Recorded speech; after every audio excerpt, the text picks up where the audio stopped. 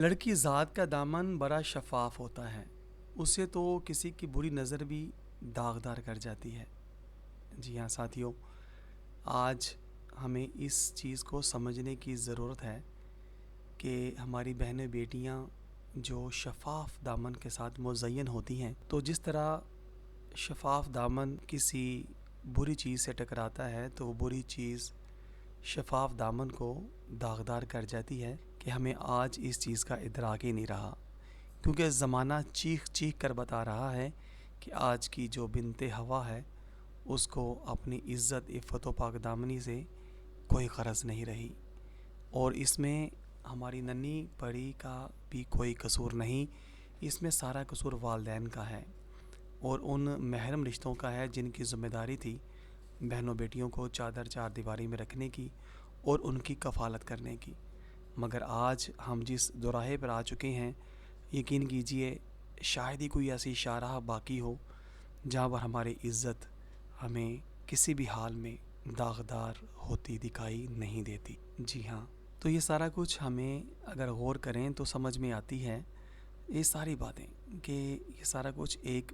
بڑی پلاننگ کے تحت کیا گیا، سوچی سمجھی منصوبہ بندی کے تحت کیا گیا، مگر رفتہ رفتہ ہم لوگ چونکہ اپنی حقیقت سے نا آشنا ہو چکے تھے، اس لیے ہمیں اس کا علم ہی نہیں ہوا اور ہمیں خبر ہی نہ ہوئی کہ کس طرح سے ہماری عزت گھروں سے نکل کر ہر غیر کے پہلو میں جا بیٹھی، اور اب کوئی ادارہ ایسا بچا ہی نہیں کہ جہاں ہماری عزت پہنچ نہ چکی ہو۔ اگر غور کیا جائے تو ملک کی جو سب سے بڑی دسترس ہے جو آج ہمیں نظر آتی ہے وہ ہے وزیر اعلیٰ وزیر اعظم کی سیٹ، تو وہاں پر بھی ہماری عزتیں پہنچ چکی،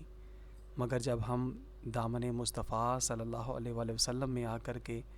تعلیمات اسلامیہ کے نور سے مزین ہو کر کے اللہ تعالیٰ کے احکامات کو ہم لوگ اپنے سامنے رکھ کر کے جب اس چیز کا ہم لوگ موازنہ کرتے ہیں، مشاہدہ کرتے ہیں، احاطہ کرتے ہیں، تو ہمیں سمجھ میں آتا ہے کہ یہ سب ایک دھوکہ اور فریب اور ایک دجل ہے جو ہم لوگوں نے خود کو دے رکھا ہے، کیونکہ احکامات الہیہ کے اندر ہمیں اس کی اجازت ملتی ہی نہیں کہ ہماری عزت گھروں سے نکل کر کے تو مختلف ہر طرح کے شعبہ ہے زندگی میں مردوں کے شانہ بشانہ ہمیں دکھائی دیں، مگر چونکہ ہم غلام در غلام در غلام ابن غلام ہم لوگ بن چکے ہیں، تو ہمیں اس چیز کا اب ہم فہم ہی نہیں رہا کہ ہماری بہنیں بیٹیاں جو صوم و صلات کی پابند اور شرم و حیا کی پابند اور گھر کی چار دیواری میں رہنے والیاں تھیں، آج وہ ہمیں ہر جگہ اگر دکھ رہی ہیں تو اس کے پیچھے آخر بنیادی وجہ کیا ہے؟ کیا ہمارے دین اسلام صلی اللہ علیہ وآلہ وسلم کی تعلیمات، اللہ تعالیٰ کے احکامات ہمیں کوئی رہنمائی نہیں فرماتے؟ ہماری تو اس طرف بالکل توجہ نہیں ہے کہ ہمارے دین اسلام میں ہم لوگ پوچھیں، اسلام سے دروازہ کھٹکھٹائیں کہ کیا ہماری عزتیں بہنیں بیٹیاں تمام طرح کے جو آج مشاغل میں ہمیں الجھی دکھائی دیتی ہیں، کیا اسلام اس کی اجازت دیتا ہے؟ اگر تو اجازت دیتا ہے تو پھر تو بات سمجھ میں آتی ہے، اور اگر نہیں دیتا تو پھر ہر جگہ آج ہماری عزت پہنچ چکی اور ہم لوگوں نے بھی آنکھیں بند کر کے ہر جگہ اپنی عزتوں کو پہنچا دیا، تو کیا ہماری بہنیں بیٹیاں وہاں پر اپنے دامن کو شفاف رکھے ہوئے ہیں، یا داغدار ہر روز چیخ چیخ کر آنے والی خبریں ہمیں بتا رہی ہیں کہ بنت ہوا اب محفوظ نہیں رہی؟ تو پیارے ساتھیوں، بات کرنے کا مقصد صرف اتنا تھا کہ ہم لوگ نبی کریم صلی اللہ علیہ وآلہ وسلم کا جب کلمہ پڑھتے ہیں تو ہمیں ہر حوالے سے اپنے دین سے رہنمائی لینی چاہیے کہ ہماری بہنیں بیٹیاں جو کہ شفاف دامن سے مزین ہوتی ہیں، ان کے دامن آج داغدار کس وجہ سے ہوئے، کنہوں نے کر دی؟ وہ کون سے ایسے عوامل ہیں جس نے ہماری عزتوں کو گھروں سے نکال کر ہر جگہ پہنچا دیا؟ وہ چاہے سرکاری ادارے ہوں یا غیر سرکاری ادارے ہوں، وہ کھیل کے میدان ہوں یا فیشن کے یا فلمیں گانے ڈرامے، یا مطلب کوئی بھی ہمیں ادارہ جب نگاہ دہراتے ہیں تو ہماری عزت وہاں پر پیش پیش ہمیں نظر آتی ہے۔ تو یقین کیجئے یہ ہمارے لیے ڈوب مرنے کا مقام ہے، ذلت و رسوائی ہمارا مقدر بن چکی ہے، مگر ہم لوگ سمجھنے کو بالکل تیار نہیں۔ ہمارے پیارے نبی صلی اللہ علیہ وآلہ وسلم کی پیاری شہزادی بیٹی سیدہ فاطمہ الزہرا رضی اللہ تعالی عنہا، جو ہماری مسلمان بیٹیوں کی جنتی عورتوں کی سردار ہیں، اگر ہماری عزتیں ہماری بہنیں بیٹیاں جنت پائیں گی تو جنت میں جو ان کی سردار ہوں گی وہ عورتوں کی سردار کون ہیں؟ سیدہ فاطمہ الزہرا رضی اللہ تعالی عنہا۔ تو جب آپ سے پوچھا گیا کہ عورت کی خوبی کیا ہے تو آپ نے کیا فرمایا کہ عورت کی خوبی یہ ہے کہ کوئی غیر مرد اسے نہ دیکھے اور وہ کسی غیر مرد کو نہ دیکھے. مطلب دونوں کی طرف سے آپ نے اس چیز کی وضاحت فرما دی کہ کوئی غیر مرد اس عورت کو نہ دیکھے اور وہ عورت کسی غیر مرد کو نہ دیکھے. مگر آج آپ غور کیجئے کہ ہماری عزتیں آج ہر غیر کے شانہ بشانہ ہمیں دکھ رہی ہیں، اور جس طرح کا خوفناک ماحول بن چکا ہے، بہت دل دکھتا ہے کہ اس چیز کو لے کر کے نبی کریم صلی اللہ علیہ وآلہ وسلم کی جو حدیث مبارکہ کا مفہوم ہے کہ جب آپ کو معراج معراج شریف کا سفر کروایا گیا تو آپ نے واپسی پہ آ کر کے بتایا کہ جہنم میں زیادہ تعداد عورتوں کی ہے. تو ساتھیوں، جہنم میں زیادہ تعداد اگر عورتوں کی ہے تو اب عورتوں کو جہنم میں زیادہ پہنچانے والے کون لوگ ہیں؟ آپ اور میں ہوں. جی ہاں،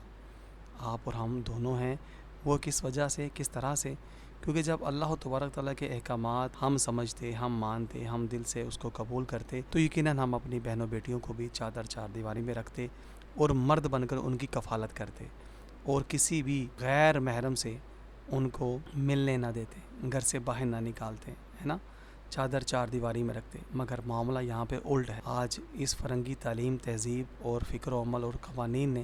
ہماری سوچ کو ہی بدل کے رکھ دیا، اور عورتوں کو شانہ بشانہ کا نعرہ لے کر کے آج ہماری عزتیں ہاکی، فٹ بال، کرکٹ، فوج، پولیس، نیوی، رینجر، وابڈا، واسا، بینک، کارخانے، فیکٹریاں، ہر طرف ہماری عزتیں آج کھیل کے میدانوں میں ہر جگہ ہمیں جا بجا صاف دکھائی دیتی ہیں، حکومت کے ایوانوں میں. تو ساتھیوں، ان عورتوں کو یہاں تک ہم لوگوں نے خود پہنچایا ہے. اپنی بہنوں بیٹیوں کے ہم دامن داغدار خود کر رہے ہیں. اگر ہم چاہتے ہیں کہ ہماری عزتیں پھر سے سیدہ فاطمہ الزہرا رضی اللہ تعالیٰ عنہ کی سیرت اپنا کر کے جنت کی حقدار بن جائیں تو پھر انہیں چار دیواری میں لے آئیں. اللہ تبارک تعالیٰ نے بھی ان کی جو تعلیم کا بندوبست فرمایا وہ گھر کے اندر ہی ہے، اور اسی وجہ سے اللہ تبارک تعالیٰ کے ایک فرمان علی شان کا جو قرآن مجید کے علاوہ حدیث مبارکہ پہ بھی ہمیں حکم ملتے ہیں کہ عورت جو ہے وہ پردے کے ساتھ ہے، اور وہ گھر میں چھپ کے نماز ادا کر لے تو اللہ تبارک تعالیٰ کو راضی کر لے. اس طرح کے مفہوم اور اس طرح کی تعلیمات بہنوں بیٹیوں کو چار دیواری میں رکھنے کا عزم جب ہم کریں گے نہیں، ہم لوگ خود بھی گمراہی کی پستیوں میں گرتے چلے جائیں گے، اور اپنی بہنوں بیٹیوں کو بھی ہم لوگ تباہ و برباد کرتے چلے جائیں گے. تو ساتھیوں، آئیے آج سے عزم کریں کہ ہم اپنی بہنوں بیٹیوں کو چار دیواری میں لائیں، اور جو ان کی تعلیم ہے شرم و حیا کی، گھر کی چار دیواری کی، گھرداری، سلیقہ اور سارے معاملات جو گھر کے اندر رہ کر کے عورتیں سر انجام دیتی رہی ہیں. جس طرح ہماری دادیاں پردادیاں ان پڑھ انگوٹھا چھاپ ہوتی تھیں، انہوں نے اسکول، کالج، یونیورسٹیوں کے منہ تک نہیں دیکھے تھے، مگر ان کے سر سے دوپٹہ سڑک جائے تو ایسے لگتا کہ جیسے کپڑے بدن سے اتر جائے. وہ روش ہمیں اپنی بچیوں کو چلوانا ہوگا، اور اسی پہ چل کے ہی ہم کامیابی کو پا سکتے ہیں. اللہ تبارک تعالیٰ ہمیں سمجھنے کی اور سمجھ کر عمل کرنے کی توفیق عطا فرمائے. آمین یا رب العالمین.